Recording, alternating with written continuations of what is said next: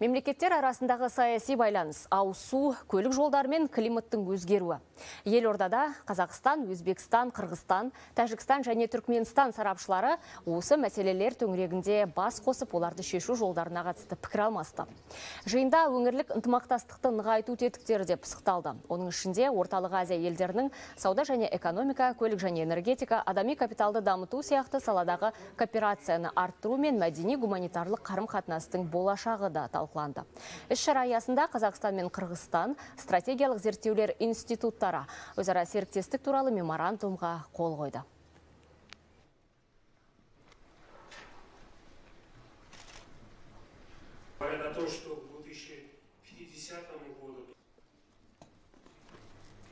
Бұл кеңестерде осы нақты қандай экономикалық және саяси басқа да салалардағы жобаларды жүзеге асыру мүмкіндігі қаралады деп айтуға болады.